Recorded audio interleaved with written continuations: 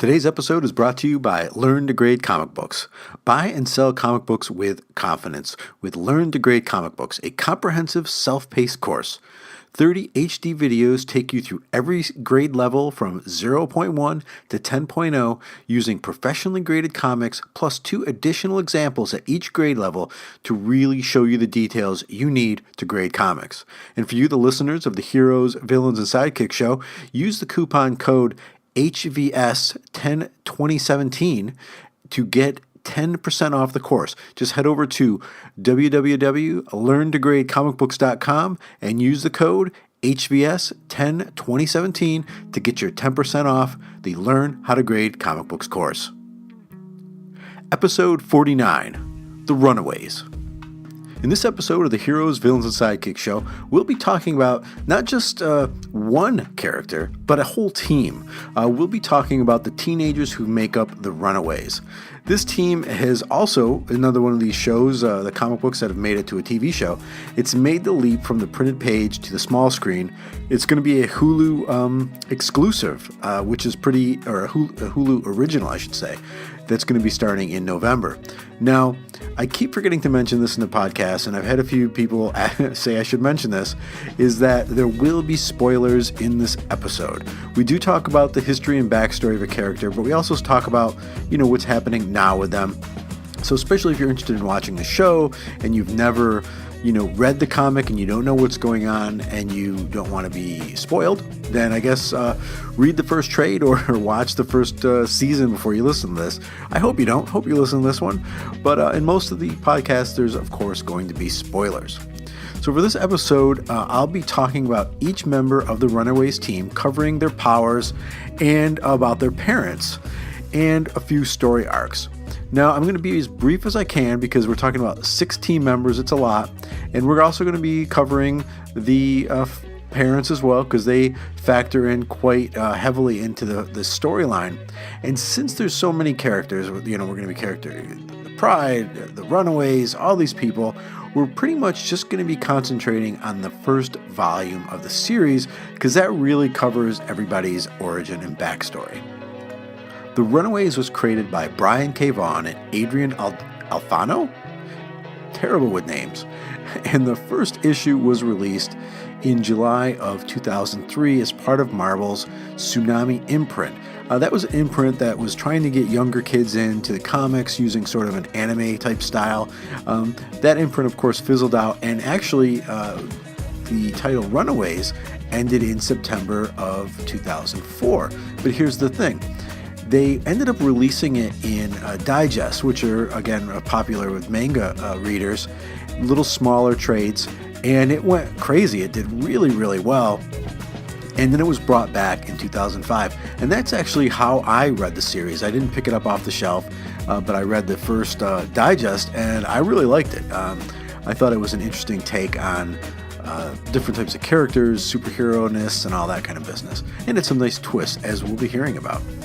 Now, the series, it started out and it stopped, it started, it stopped. It had a bunch of sort of hit and misses, but it had an amazing list of creators. I mean, here's a short list. Brian K. Vaughan, Josh Whedon, who actually took over from Brian K. Vaughan at Vaughn's request, Terry Moore, Humberto Ramos, which is one of my favorite artists, Catherine Inman, and Sarah Pichelli. I mean, incredible. It's just incredible. Well, let's start looking at the book. And again, there will be spoilers, so be warned. Now, the Runaways team consists of Alex Wilder, Nico Miru, Chase Stein, Caroline Dean, Gertrude Yorks, and Molly Hayes. Now, these teenagers are pretty close in age. Molly is the youngest, and I think she's around 11, maybe 10. And these guys are, again, they don't have a lot in common. The one thing they do have in common is they all have to meet and get together once a year when their parents go over to Alex's house for a charity event. That's really the only interaction that they get. They complain a lot about having to go. They're very bored when they get there. I mean, if you've got a teenager, I have a teenager, you get it. They are not pleased to be going there. It's boring for them.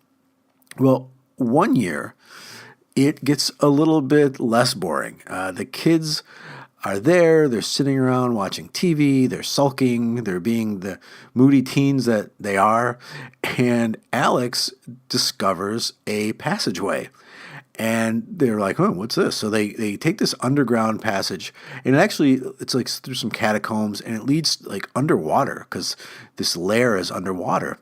And they look through this two-way mirror, and they see their parents sitting around a table in some very strange get-ups. And what it looks like at first glance to them is that their parents are superheroes, and they are super psyched to have superhero parents. They thought they just had boring old parents like we are. And then they're all happy. They can't believe it. So unfortunately, what happens next is Alex's dad brings out a teenage girl. And let's just say, he stabs her. He kills her. Stabs her in the stomach and kills her.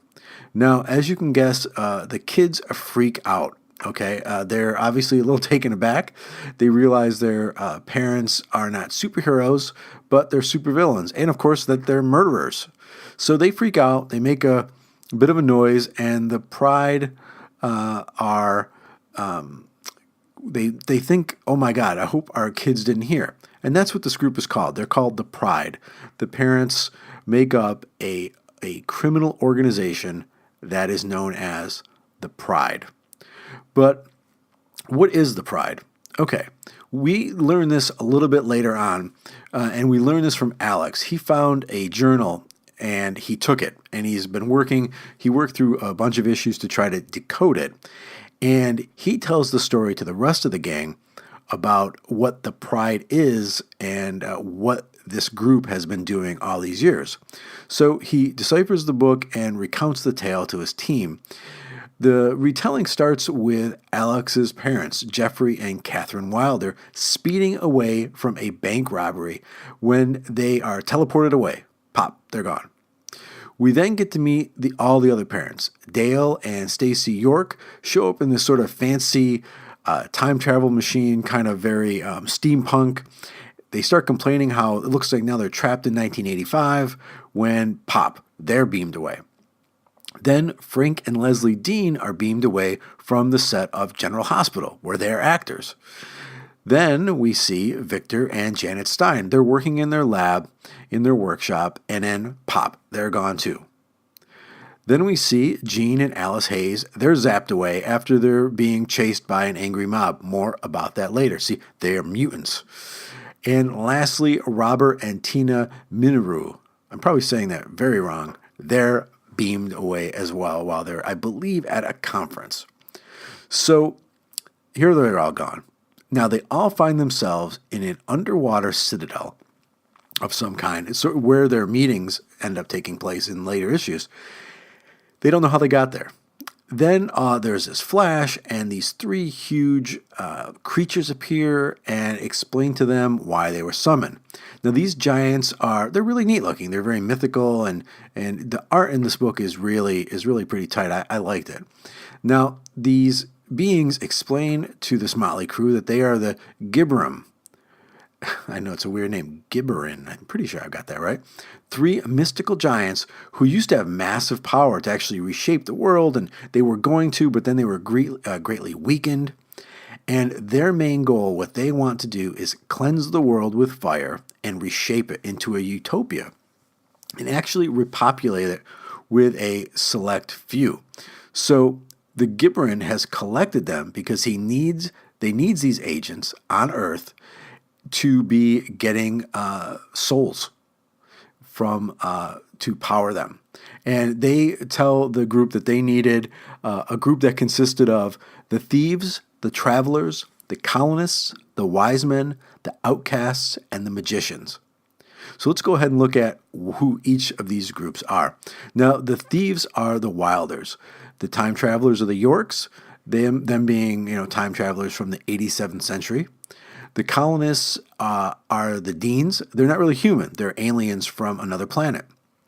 The wise men are the Steins, who are like Stark-level crazy smart inventors. The outcasts are the Hayes, who are mutants, and they're shunned. And the magicians are the Minrus, who are masters of the black arts. And of course, we talked about the thieves a little bit. Alex's parents were thieves. They were stealing when they were taken. Now, the Gibberin inform this new group that it will be labeled the Pride that they have to make a sacrifice to the Gibberin every year for 25 years, and then the Gibberin will have enough power to achieve their goals. And if they agree, they will have unimaginable power and wealth on Earth during those 25 years. And after, when the world has been destroyed and reformed, they will live forever in paradise. They'll be immortal. They're all in for the detail. They're fine. And then the Gibberin add a little, stitch into the detail. Not all 12 of them will get a free pass to paradise. Only 6 of them that serve the Gibberin the best will be allowed in. And, the crew decide, what the heck? They're young. They're already thinking they're going to live forever. They'll have all that power for 25 years. They figure, what the heck? And they jump at the chance. So the Pride set up shop in LA, and they start to build their massive criminal organization. I mean, they own politicians, police. They are huge. They control all of pretty much the West Coast crime. But there's a bit of a snag along the way. I mean, they've been supplying these souls and doing their job well. Well, Janet Stein becomes pregnant, and she wants to keep the baby. It's then that they tell the group, and the other group members, they say they'd like to have a child as well. They've been thinking about it, but they're not sure if it's the right idea. And then they come up with the idea that, what, not all, there's 12 of us, only 6 of us are going to make it. We don't know if it's going to be who it's going to be. Why don't we do this? Why don't we have a child each, and we give our spot to our child? And then we know there'll be 6, and our children will get to live on forever in this paradise, which was a pretty magnanimous statement and a pretty generous thing to do, figuring these are all thieves and cutthroats and some fairly bad people. I think at this point it was starting to weigh on some of them that they were killing people to do this, and that, the world was going to be destroyed. So maybe they thought this of, being a sort of an act to redeem themselves a little bit. And, they figured, why not? Let's give it a try. Now, in the end, would they all have adhered to it? I don't know. And we'll see a little bit later that some of these guys are not to be trusted. Now, all this time, before they had the kid, they were doing the ritual every year, and it was called the Rite of Thunder, where they murdered the girl, like we heard of in the first issue when the kids see this. And this goes on and on and on. Then, of course, we flash to where we started. That sets the scene for when the kids are seeing their parents murder the girl in that Rite of Thunder. This is what they're doing. It's just the yearly sacrifice. So they make that little bit of a noise, and the Pride and the parents think they might be their kid. They're not sure. So they run upstairs to see what's going on. And they actually find them in Alex's room playing Twister. So they got up there pretty quick. And so they did a good job of hiding it. But the cat is soon out of the bag. So what happens is Alex, Gertrude, Caroline, Chase, and Nico sneak out to investigate and find out just what the heck is going on. I mean, what is happening? They saw this murder happen. They still don't really know what is going on. So while doing this, they go to check out each other's houses for clues. And when they get there, they find some interesting stuff. I mean, Gertrude gets one of the biggest surprises when they find a dinosaur that's sort of in this secret closet. It sort of jumps out, it attacks them. She yells, "Stop!" It stops. She realizes she controls this dragon. It's very friendly with her, and it's keyed to her. What we find out is later on, her parents went to the 87th century and had this thing created for her. So if anything were to happen to them, she would have this like super protector, which is pretty neat. And she names it Old Lace. Now, Chase finds his parents' secret lair and takes a bunch of cool tech. First and foremost, which he uses a lot, are these really powerful gauntlets. And Nico gets a pretty wonderful power staff from her mother. And we'll go over some of these powers and what they can do when we highlight the characters. Now, all this happens as their parents are attacking them. See, as they're finding these things, the parents are showing up at the houses. See, they know that the kids know because Alex made the mistake of calling the police. Well, the police pretty much work for the Pride. Now, they defeat their parents. Every time their parents try to stop them, they end up getting away. But then they realize that Molly is still at home and with her parents, and she doesn't really know what's going on. She has no idea. And they go to save her. Well, things really come to a head when a lot of the parents are there and they try to save Molly, but Molly doesn't know what's going on. So all of a sudden, her powers flare up. She's a mutant, and she knocks some people around. The kids do escape, and they take off, but Molly's still a little confused. So the other key thing that we learn at the end of this sort of small arc is that the parents find out that there is a mole in the Runaways group. They find a note at Alex's house, at the Wilder's house, that shows that someone is on their side. So right off the bat, these kids are on the run, hence Runaways. Their parents are after them, and when they're attacking them, they're not holding back. I mean, I really think some of these people would have killed their kids, or definitely would have killed some of the other people's kids. I don't know if they would have killed their own kids, but they would have killed these other people. Like if the Steins had a chance to kill had Alex, they would do it. Because again, they're still fairly cutthroat people. So now we looked at the Pride a little bit. Now, who are the kids? Who are the Runaways? Now, let's start with who becomes the leader of this bunch of Runaways, Alex Wilder, which just kind of makes sense because his dad is kind of the leader of the Pride. Now, before that fateful night that they stumbled upon the Right of Thunder, all Alex was interested in was video games and perhaps one day becoming a game developer. Now, his parents had another idea. They wanted him to be a doctor, and really, knowing how powerful and persuasive and powerful and ruthless his parents were, I bet he really wouldn't have had a choice, and he would have ended up having to become a doctor. Now, he has no powers, but he's very smart. He is a natural-born leader, and he's very charismatic. So, he is like a Batman without the muscles. He seems like a good kid. Now, Nico is the daughter of two dark wizards who are very powerful. Now, during her first battle with her parents, when they're trying to escape Nico's house, when they go to investigate everything, her mother attacks her with this staff of power. And it actually, instead of hurting Nico, it absorbs into her body, which surprises the heck out of her mom. She didn't realize that Nico had an inherent ability for magic that is now coming out because she's panicking. And this staff is a tool that she will use throughout the comics.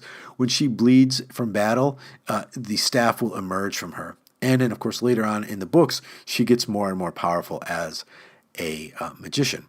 And her and Alex actually have a little brief romantic relationship. They actually share their first kiss on the run.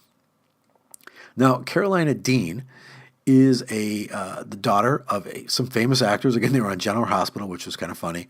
And she discovers, pretty dramatically, she wears what are they called? A medic ID bracelet, a medic bracelet. It says that, you need insulin or you're diabetic. And her parents have told her never to remove it. So they see some hints that she should. I know there's some paperwork. She removes it. She starts glowing with this rainbow power. She can fly. She can shoot beams out of her body. She is an alien. She is from the colonists, right? So hers is one of the most dramatic of changes because she realizes she is not human. Now, Molly Hayes is the youngest runaway and a mutant with incredible strength and near invulnerability, and then she develops even more powers throughout the book. Now, her story is interesting because due to her age, throughout most of the first arc, she is really a little confused about why they're actually on the run, and she really kind of half believes the stories they're telling about their parents. She still thinks they might be good. Now, how she's able to push this stuff away, she's having way too much fun. She really dives into this whole superhero thing, calling herself Princess Powerful and even coming up with a little costume. It's very cute. And she's digging it. So she's very much a child in the book. Now, Gertrude York, she is like a typical sarcastic, teenager. She's got purple hair. And of course, now she's got this big pet velociraptor. And that is pretty neat because this is a really powerful thing. And again, she has no powers either. That's one of the things about this team, not a lot of powers. And the other cool thing about it is it's a very diverse group. I mean, there's most of the time in the team's history, there's more women on the team than there are men. So it was a really cool and different book to read, I remember at the time. Now, lastly, Chase Stein is the oldest of the group. He's 18, and he doesn't have any powers either, but he did steal some pretty powerful weapons his father created. They're gauntlets called fistigons, and they do all kinds of things. So he wields those, and he's that sort of that blonde-haired, good-looking kid. He's probably would be the big man on campus guy. He plays the sort of a loose cannon, the rebel. And later in the series, he actually gets physically linked with Gert's dinosaur because, again, we're talking spoilers here, Gert gets killed at some point in a different series, in like the later series, not in this arc. But and then he gets the dinosaur. She transfers it to him. So how does this all work out? Now, before the big battle between the Pride and their kids, we get an interesting piece of information. Okay. Now, some time has gone by. The Pride has been trying to find the Runaways. They've been hiding, doing a little bit of superheroing work. And at the same time, the next Rite of Thunder's coming up. Well, this is where we get a little bit of wrinkle in here. The Deans and the Hays, remember the aliens and the mutants, they've decided that they aren't going to deal with this crap anymore. They don't want these other brats in paradise, so they are going to kill everybody else, and they and their kids will go into paradise. So it'll be the Dean's kids and Carolyn, and the Hayes kids and Molly kid, and Molly will go there to paradise. So they're already this little thing, they can't stand, they're aliens and mutants anyway, they can't stand the humans and the gang, so they're ready to kill him. Now, before they can do this, because they're getting ready to just kill him right off the bat and then look for their kids and then kill off all the other kids except for theirs, just before they're about to do it, the Runaways show up at this lair because they know the Rite of Thunder is going to happen, and they stop the killing. Now, no, they don't. I'm sorry. I reread these because I wasn't sure. They didn't stop the killing. The girl was still killed, but her soul was contained in this sort of soul container. So here goes this big battle, and this is sort of the end of the first arc. And during this battle, we also get to learn who the mole was all along that had been sliding and slipping them information. Now, when things really get going in the battle, and it looks like the tide might be turning, the Runaways are betrayed by one of their own, the mole. And the mole is Alex. Alex Wilder is the mole. Alex attacks Carolyn and knocks her out with the fistigons he had taken from Chase. And he then immobilizes Nico using some spells from a spell book that he found. Again, he's very smart. He's been planning this. See, Alex found out about his parents actually a year before he let everybody else find out. He didn't accidentally discover that passage. He knew about it, and he knew about it for a year. And he started this plan. Again, this is why he is a natural leader. And he led all the others through, again, like a game, like he was a game designer. And he led them through the game with the end goal to kill all the members of the Pride, except for his parents. And he and Nico, and then Nico's parents, would inherit paradise. And I remember this was a pretty big surprise because all of a sudden Alex just wipes them out. And then he's standing there with all their sort of weapons. I got the page over on the site. If you go to heroesvillainsandsidekicks.com, there's a really cool page with him standing there with all the stuff. And I remember just being like, wow, I didn't see that coming. So unfortunately, what happens is Molly, she's had enough of all this crap. So she grabs one of that soul canister and she crushes it, and the soul is released. The Gibberin don't get it. And this brings the Gibberin to their little lair, and they are not pleased to have lost the sacrifice. So, see, now they don't have the power to reshape the world.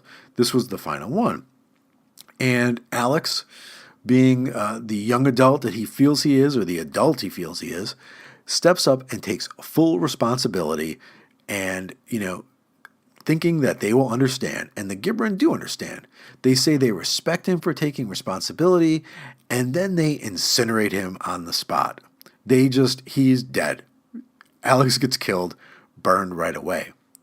The Gibberin then destroy the Pride's underwater lair, wiping the Pride out and then, they're gone. And the Runaways, of course, escape, or that would have been the end of the entire thing. So, but they do get away. And, again, there are other series. Another one came out in 2005. Another one came out in 2008. They keep coming back because it's just an interesting team. I didn't want to go too far, only because, if I went through every story arc of all 15 characters throughout the entire run, this would be one long podcast episode. But I wanted to give you guys an idea of the background of these characters and who they are. And I'm really looking forward to the show. And I believe it starts, the series starts on November 21st, and it's going to be on Hulu. And the trailer looks pretty cool. I've got it over at the site, heroesvillainsandsidekicks.com. And it looks like it's going to be pretty dark. Since it's on Hulu, it looks like there's going to be swearing and who knows, obviously some kind of violence. But it looks like an interesting sort of dark show. The cast is perfect, really. The casting looks perfect for what the comic book was. And I'm wondering how closely they'll adhere to it. For example, like at one point when Jeffrey Wilder and his wife, when they realize that the kids know when the cops call them and say, we just got a call from your son saying he just saw you murder somebody. They actually go into Alex's room and the father has a knife behind his back. I mean, I think he really would have killed his son. I don't know. Because sometimes he's obviously very caring and would kill anyone that hurt him. But I don't know why he would have taken this knife in. It was very kind of disturbing. So I'm wondering what they're going to show on the show. So that is the breakdown of the Runaways, the first arc. Again, you can get the digests are a little hard to come by. The issues now are really tricky to come by, of course, because the show's out. It's gotten very expensive. But if you look around, you might be able to find something. And of course, you can go to Comixology and get the digital copies cheaper. So that is the Runaways. And again, I want to thank everybody for listening. If you get a second, head over to iTunes, subscribe, and of course, leave a review. Love to get more reviews. It helps us sort of move up the rankings. People hear about us, and that's more subscribers. And that would be cool. I dig doing this, and I hope everybody out there likes listening. It's really fun. I want to apologize again for maybe not getting out as many as I had been. I was getting one a week out, and now it's turning out to be one every 2 weeks. But I just finished up some really big projects, and one, of course, is Learn to Grade Comic Books. And I am now back to writing as many podcasts as I can during the week and then recording them on the weekends. So be on the lookout for regular Monday podcasts. If there's somebody you want to hear about, head over to the site, heroesvillainsandsidekicks.com, and leave a comment, or go to our Facebook page. Just search for Heroes, Villains, and Sidekicks. It'll pop right up, and leave a comment over there. Well, I want to thank you for listening. We'll be back next week with more. I'm Kevin Volo, and this is the Heroes, Villains, and Sidekicks Show. Take care.